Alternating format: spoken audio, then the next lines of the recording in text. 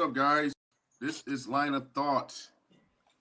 Hey, we got a special guest for you guys today. We got Lady DJ Shimae. She's a producer. She's a singer. Very talented, guys. And as you can see, he's MIA today. So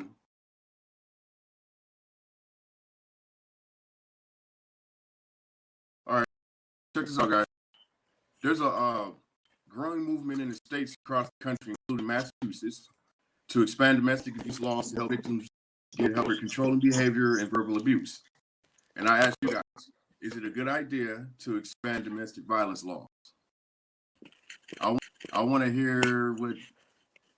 Well, I absolutely think we should expand domestic violence laws. All right, so I mean, I don't know why you would not want to have more domestic violence laws and rules. I mean, it's always a problem, and I don't know if you could have too many laws against domestic violence. I don't know. I mean, I didn't see the list of new laws that they were talking about, so I'm not exactly sure if there were any specific ones that they were going for. But I mean, certainly domestic violence is a problem, and I don't think there's any problem having additional laws against it. Yeah, I agree with that. Anything to deter it is better than just letting it go on. Yeah, and we're talking about all around abuse too, not just domestic violence. But that's a big one, and I don't think that the local authorities, the local police really handles it well. I can understand their take on it, but like when something seems obvious, you clearly see, I don't know, they gotta have better protocols, or when it's multiple calls for the same person, when you got witnesses, something like that. I remember it's a situation that I've been through. I was doing security, and I'm doing my little patrolling, and I clearly heard a woman screaming like help me. So I went and checked, and their door was open. It was like wide open. I just kind of went across. They were upstairs. I was just still downstairs, just looking, like what the heck. And this dude was clearly there. You clearly heard people like tussling, and saying you hear those noises and all that. And then I kind of went up. I went up there and saw what the heck was going on. And he's like, "Oh, you can't come in here. This is my private property." And then he closed the door. And then he was clearly striking her and hitting on her and all that. And then I ended up calling the police.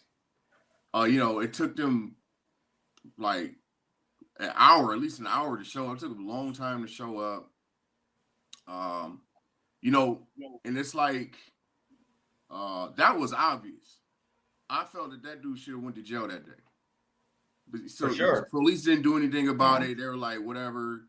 You know what I'm saying? I guess they didn't have enough evidence. And everybody didn't already calm down at the time. And, everybody went on on their merry way. I feel like that's where there's somebody getting locked up. Well, I don't know if anything. Oh, go ahead. I'm sorry. Well, I was just gonna say, well, for that instance, the person that's being abused has to know that they have options. That's what I was gearing to. Most of the time, children don't know they have options. So they could be abused and don't know the necessary steps to take to be able to get the abuser, out of their life, or, arrested, or, most of the time, people who are arrested for those crimes are released. Right. Mm-hmm. Yeah. So and also, let me jump in. But a lot of it is psychological. A lot of these victims, they have no place to go. Where would they go? Okay. Even if there's rules or laws to protect them, they're not their options. Okay. My husband smacked me once. Yes, that is domestic violence. Yes. But the psychological effect is, okay, now I'm going to press charges. Now I got no place to go. I got no food on the table. Who's going to support my kids? Who's going to take care of me? That's the psychological effect that a lot of victims, that's why they don't press charges. Yeah. Is there should be more, like I agree with Whitaker. There should be more laws to protect the victims. But I just looked up right now, only 38 states has laws protecting domestic violence. 38 out of 51. Yeah, and how many times do you hear that a domestic violence abuser has a restraining order against them, and then they just violate that thing, and they don't care. Yeah. And people die or get abused or beat up, or I mean, it's crazy, and then nothing happens. Yeah. Yeah, I do agree with Whitaker. There should be some more programming. It's just something that is not brought up and that it's not being pushed, and apparently they don't care. If it's something they care about, it will push forward. There's no money to be made. That's what it comes down to. There's no money to be made. What is there money to be made? Therapy, but that is not government. That is, it's not a pill. This goes down to where to make money. It's not the pill industry. It's not. It's nonprofit. Yeah, probably a combination of not caring and then just it don't serve no purpose to them, and probably the lawmakers are probably abusers themselves. I'll even go that far. Oh, here's a fun fact. What state has the highest domestic violence? I would guess it would be in the South somewhere, but I could be wrong. I'm guessing maybe California. Miss Lady, what do you got? I would say Texas. Whitaker, you're kind of close. Kentucky. Kentucky has the highest domestic violence statistic in the U.S. with 45% women, 35% men. Kentucky. So they have the highest rate. That's actually surprising. Wow. Don't get married to Kentucky. Good old Kentucky has the highest domestic. All right. Who would have known? So moving on, guys. So Philadelphia has reinstated indoor mask mandates due to the newest variant. I ask you guys, do we still need mask mandates? Yes. Yeah. I say yes. I say no way. I hate wearing masks. I'm so. I hate it too. I hate it too. But you know what? This is our first year without full mask on. I'm waiting until all the way to the end of this year because we're still in summertime. Last year was the same thing. We had the whole no face mask thing, and then all of a sudden everybody was going to the beaches and catching COVID, and it's like, okay, well, you just said no face mask and now we're sick again. So until this year is over with, I'm keeping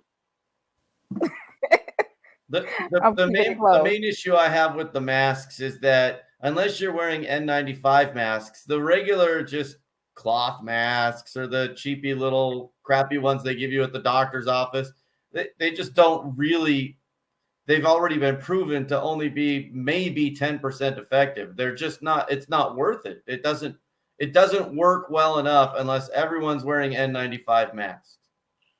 The mask mandate, COVID is not going away. They're going to have variants, different variants. It's not the same. If it's the same disease, yes, wear it by all means. But right now, how many generation COVID do we have? It's going to be forever. It's a bad flu. You're going to catch a flu from something. Like Whitaker said, 95, that works. But first of all, you got to wear it right. How many people put it under their nose? How many people put it over their head? How many people touch the table, then touch their face and wear it? Guess what? That N95 is not effective anymore. It comes down to the individual. Yeah. If they want it, if somebody wants to wear it, they'll wear it. If they don't, they don't. Mask has been around forever. If you travel anywhere in the world, Europe, Asian country, they all wear masks because it's an individual thing. America don't wear masks, but when Asian country come to the U.S., they wear masks. I've always seen it's that. a culture thing. But do I think the government should mandate? No. It should be that still. Was my point. And also the science. Back to science. COVID will not disappear. COVID-19. What year are we on? We're in 2022. What generation are we on? Or what generation COVID? It's going to, right now, was it Philly? They have a new strand. When will it end? It won't, because it will continue. The flu is going to be there. It's going to be changing. So why would you mandate something that every on, off, on, off? I think mandates are pretty important. But you see, I didn't really hear as many people complain as much about the mask mandate when COVID cases were getting worse. You know, when you see people dying all over the place, then people kind of didn't mind the mask mandate. You know, some people still complain about it, but I've seen a lot of, you know, I think it's good to be a little bit proactive. Starting to hear a little bit of cases creeping up again. I heard about this basketball player just now. He can't even play because of COVID protocol. He probably didn't wear his mask. You know, doing it properly. If we would have did it properly, we probably wouldn't worry about the media, you know, talking about all these COVID cases and variants and all that stuff. I don't know who be coming up with these names and variant stuff and all that, but wear N95 mask instead of the silly little mask, whatever that doesn't, you know, cloth that doesn't really do anything, and then you know, just follow the protocols. Like I said, wear it properly. That's what Leanne said. Yeah, wear it properly. You know what I'm saying? I think it's effective, but I would say this: I would strongly consider not having it everywhere. Like I can understand the hospitals. You know, I think it's good to wear. First of all, hospital. As soon as the patient walk in, you have your security hand people N95 mask if they don't have one, and then tell them to wear it properly. This is your place that they're coming into. This is a public. This is a hospital, and you got to enforce that.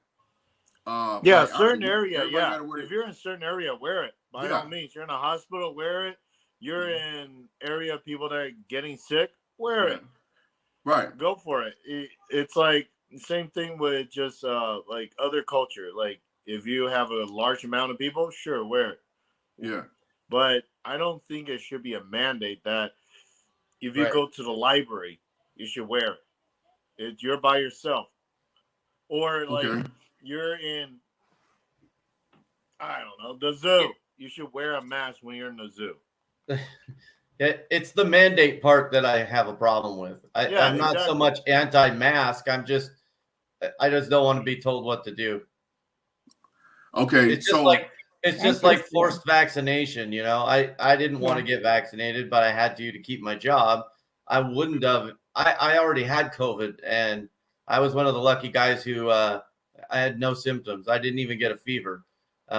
But in fact, I would have never known I had it unless I'd have tested positive at work.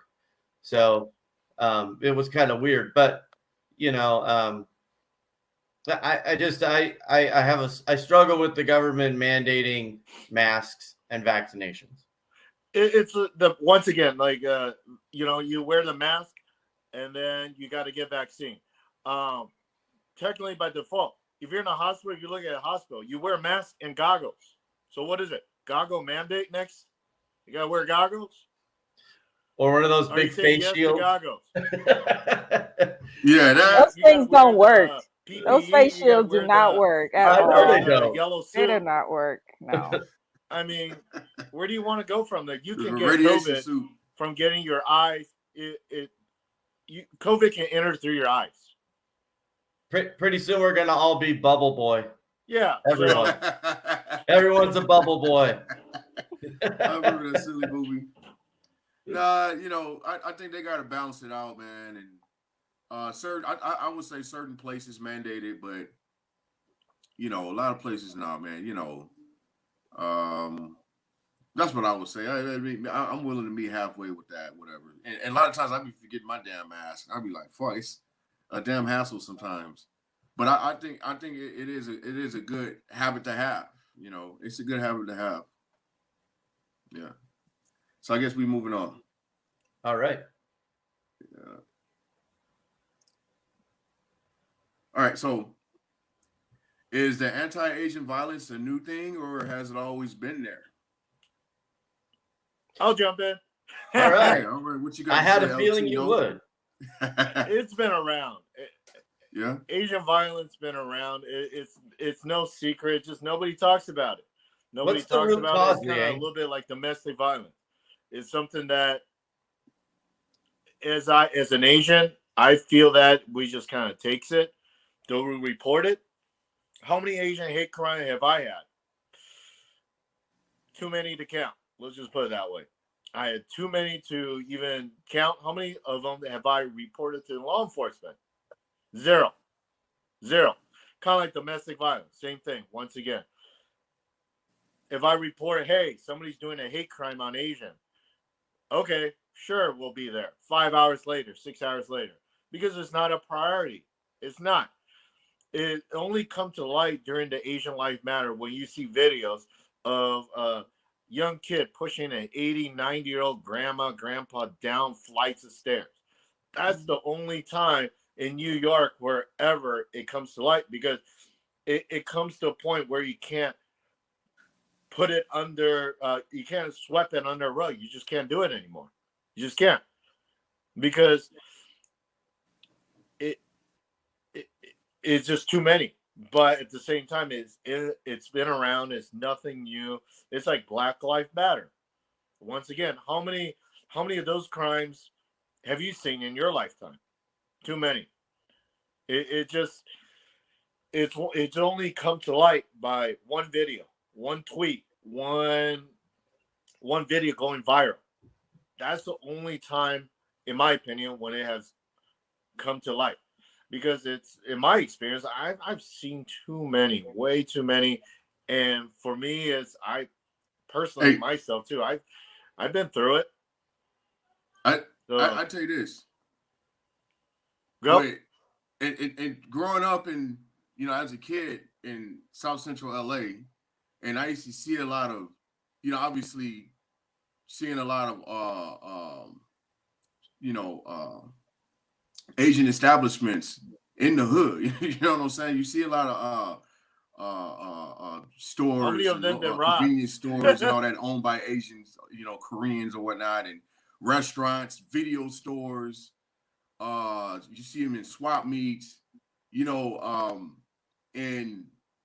I believe that, what some people feel that what sparked the riots, the LA riots, was an incident that happened between a girl at a Korean store, convenience store, and she got killed because apparently the clerk thought that she stole something or something to that degree. But my point is that it's a lot of that's in a rough environment to own an establishment and to think that nothing is going to happen.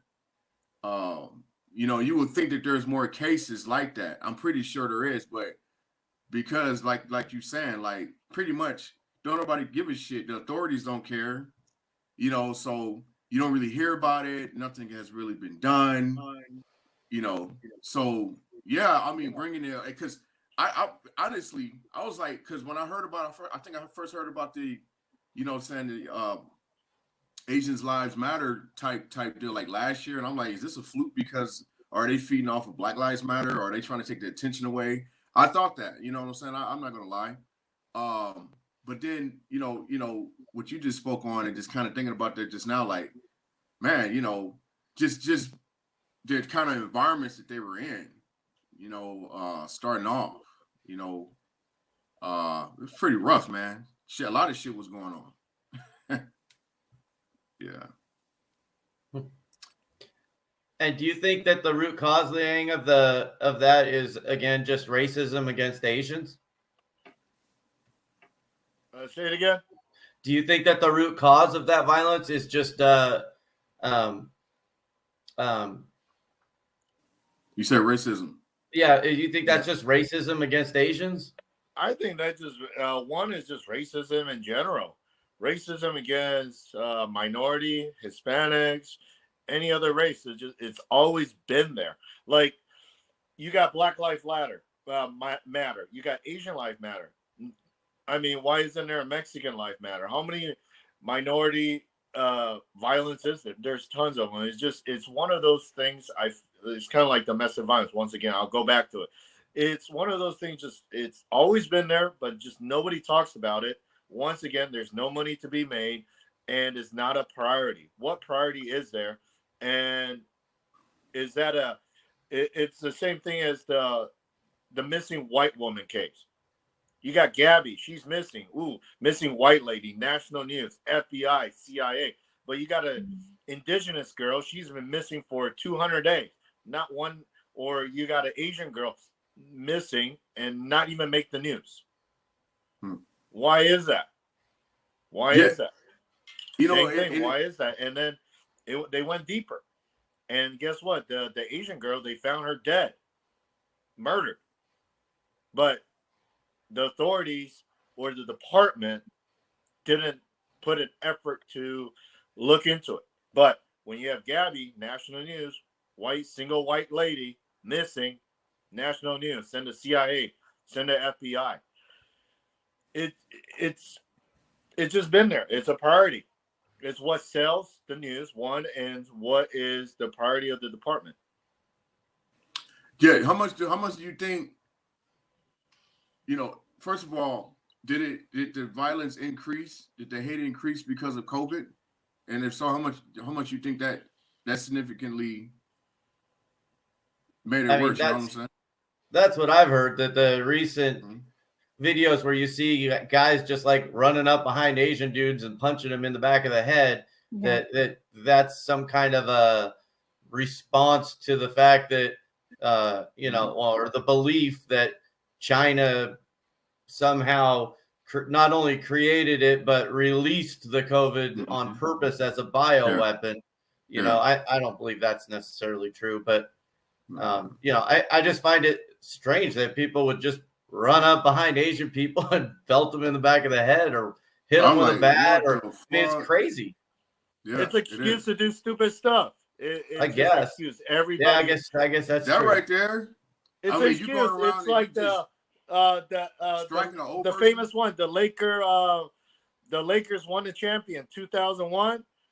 They almost had a riot. People were jumping on top of cars, looting.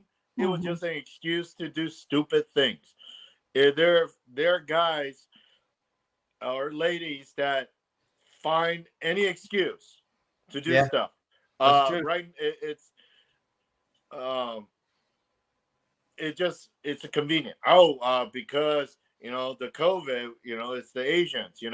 It's the same thing as the wall when Trump was president. The wall, it's the Mexicans. They're taking our jobs. They're taking everything. Do you want their jobs? No. But it's an excuse to riot up, to do stupid things. Okay. All right. So, moving on. All right. So, Biden wants to ban ghost guns. Is that a good idea or a bad idea to get rid of ghost guns?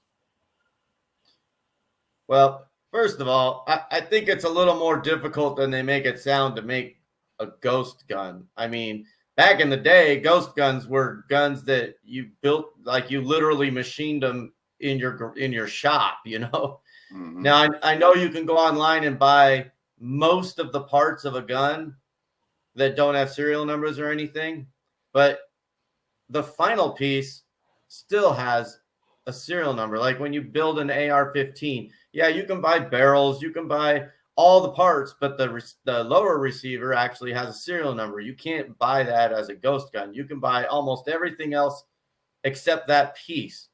So I was trying to find what they are considering a true ghost gun, in their statistics.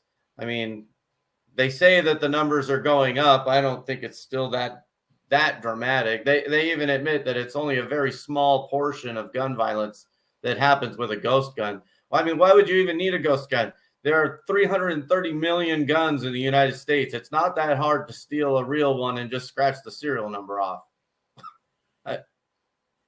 Or for the people in the backseat who don't know what a ghost gun is. Untraceable gun.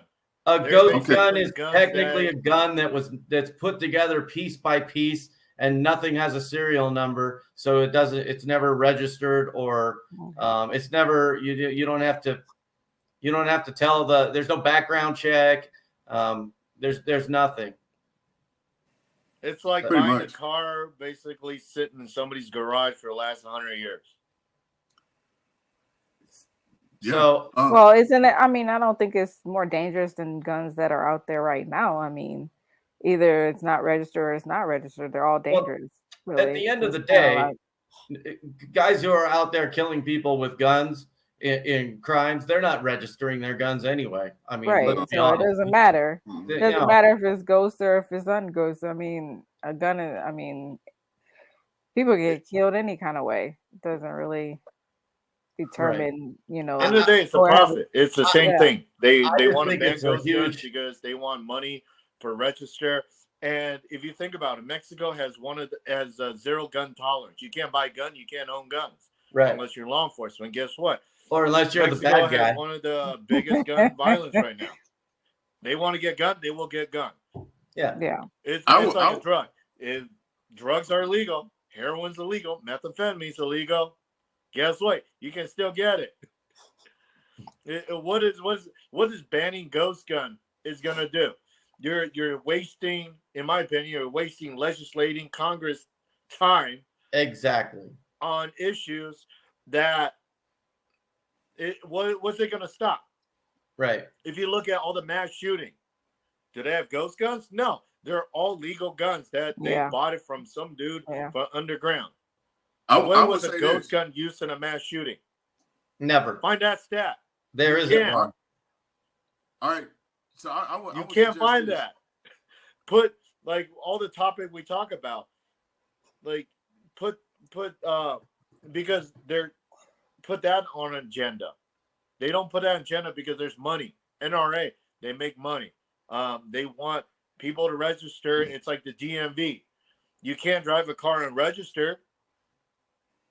Why is that? Because they want to make money. That's funny that you say register. That's funny that you say that. I would say this.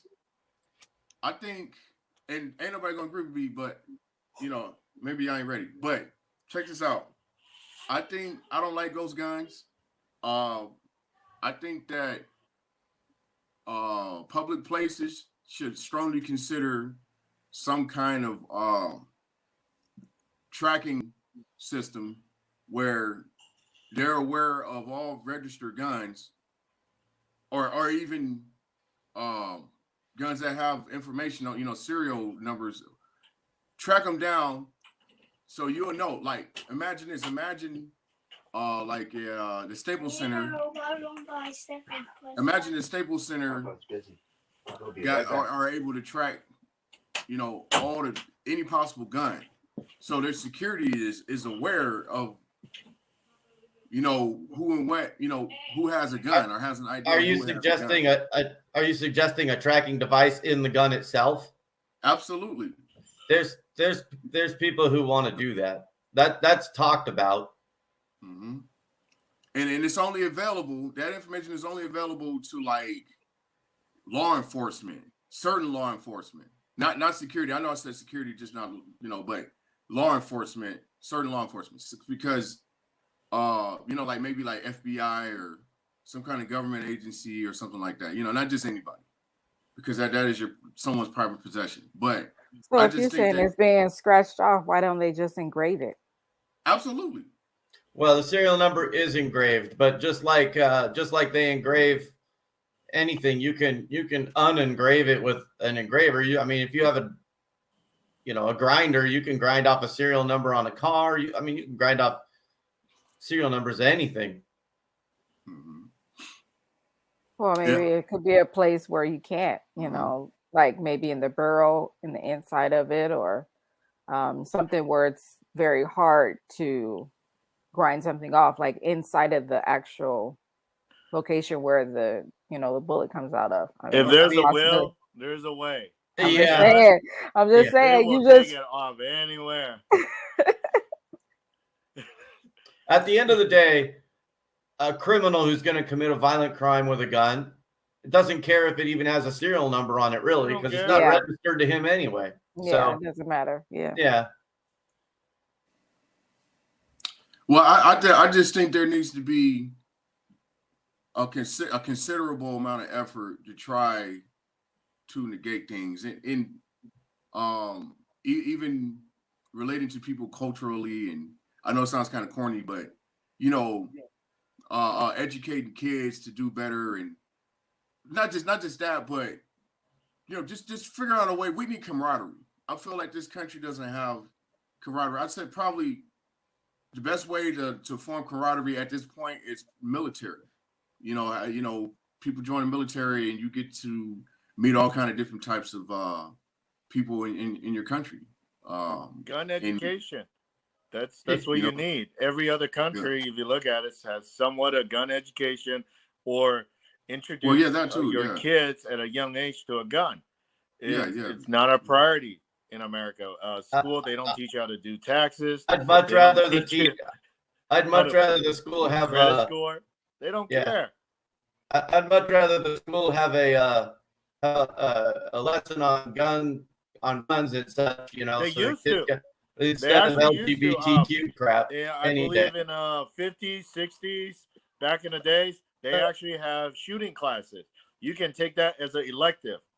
Rifle classes. You can have that. But school feel that it's unsafe. They're taking everything from school. They used to have ROTC in school. They don't have that now. All right. Final question, guys. And I don't know if I'm going to get this right, but it relates to relationships, right? Let's see if I can ask the question right. So, okay. Just spit it out. Is it easier for a man to find a committed woman than it is for a woman to find a committed man? Committed? Yeah, I would say it's much easier for a man to find a committed woman than the other way around. Okay. But I think it has a lot to do with how you were raised, how your family was. I mean, there's a lot of variables in that question. But I think in general, men as a gender are not as commitful as women are. In general. Okay. That's my opinion. El Chino. I didn't hear the question, actually. Okay. Is it easier for a man to find a committed woman than it is for a woman to find a committed man? Is it easier for a man to find a woman or a woman to find a man? A committed. Committed. We're talking about relationships. I think it's 50-50. And this is right now it's 50-50 because it's end of the day it's the person. Like, what's the person looking for? And what is your goal? That is the 50. It's both. For a man, find a woman find a man. End of the day, what are they looking for? Some woman, they want, they want the mansion, they want the boat. It's not gonna happen. I know a girl that wanted that, and she wanted to get married in a castle. She wanted to find a dude that gave her that. It's like, I wish you the best of luck. So you want to get married in a castle in Europe, and you're gonna tell me to show up, and you're not gonna pay for my flight. I wish you the best of luck on that one. It's a priority, and also what's your expectation? is if you look at a lot of even celebrity marriage, you know, you got how many marriages that J-Lo gone through? How many weddings or relationship Kim Kardashian go through? What is their expectation? You know, if you look at a person, it's like, once again, Kim Kardashian, when this, and this, who's she dating now? Pete? He is so different from everybody else. So is it the man or a woman? It's both. I feel it's both. It's not just one gender. It's both. It's what does the man want? And what does the woman want? End of the day. Well, they want commitment, but are they ready for it? There's a difference. It's basically like, I want the commitment, but I don't want it right now. I want a party or whatever. So it's kind of, I don't really feel it's 50-50. I really think that men do experience more committed women, but they don't realize that most of those committed women have been through a lot of men who weren't treating them like, treating them with respect. So once they find a really good guy, sometimes they do commit, sometimes they don't, even though it's like kind of like, oh, let me hold on to this really nice guy, but let me just make sure he's legit. Because if you're not legit, you're probably going to be number 5 until they find the legit guy. And even if he is legit, she's still going to make sure that he is legit, because those other 5 are still going to be on the other side until you prove yourself. It's about what can you offer me that someone else can't do it, basically. I think age plays a role in it too. I think as you get older, you find yourself wanting more of a commitment than obviously when you're a teenager or in your 20s. You just want to party and hang out, and that's not necessarily true. I've met a whole lot of men and women that are in their 40s still playing like they in their 20s. I totally agree with that. I'm not saying that it necessarily goes away. I'm saying in general, general terms, as we get older, we tend to find ourselves feeling more committal towards things. Yeah, I can agree with that.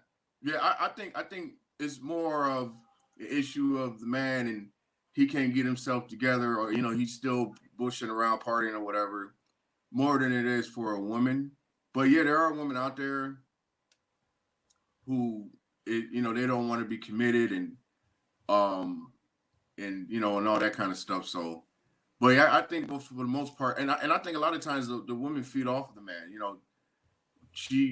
Because a lot of times, even as a teenager or something, sometimes the girl is willing to be committed, but the guy is not. He's still messing around. And then probably at some point she's like, you know what, I'm tired of this inconsistency. And then, she may not want, she may have a hard time of being committed, So I think, it's more so the man. So yeah, in my opinion. Sometimes it is the man, but sometimes it's the woman. I wouldn't rule the women out. Do not. I've known plenty of women who were not committed. But you know what? There are YouTube channels specifically on how to get a man, how to keep a man, how to, woo a man, and all that stuff like that. So just like guys have games, and they can sweet talk you, and to the point where you think that he's the best person ever. And then all of a sudden he just drops a dime on you and you're like, okay, what happened? And there are women that do the same thing. Of course. Women can make you feel like they're the best thing since sliced bread until they drop a dime on you, like, oh, you know what? I was just playing you because I thought I just wanted to do it. I just wanted to see how far I could get. I dated a couple of girls who were, in my opinion, pathological liars. Like they fully believe, they were so into their lies, they fully believed that their lies were now truth. Yeah. And that's no commitment. So yeah, I've been around plenty of women who were players. Hey man, that makes both me and you, man. Yeah, so it can be hard, especially nowadays, to really find committed people, man. It's I think dating sites, social media kind of complicated it even more, honestly. Oh, for sure. Yeah. So, any last remarks? No, it was a pleasure having our special guest on today. Thank you so much. That was awesome. I appreciate it. Make sure you guys check me out on my YouTube channel, Lady DJ Shimae. I make beats, check her out, guys. All that good stuff. That's right. Awesome. All right. Well, y'all have a good day. DJ Shimae. All right, guys. Have a good one, guys. And subscribe on our channel too. Line of Thought. Check us out. Check our podcast out. We're on Apple Podcasts. We're on what else we on? Amazon Music. So check us out, guys. Line of Thought.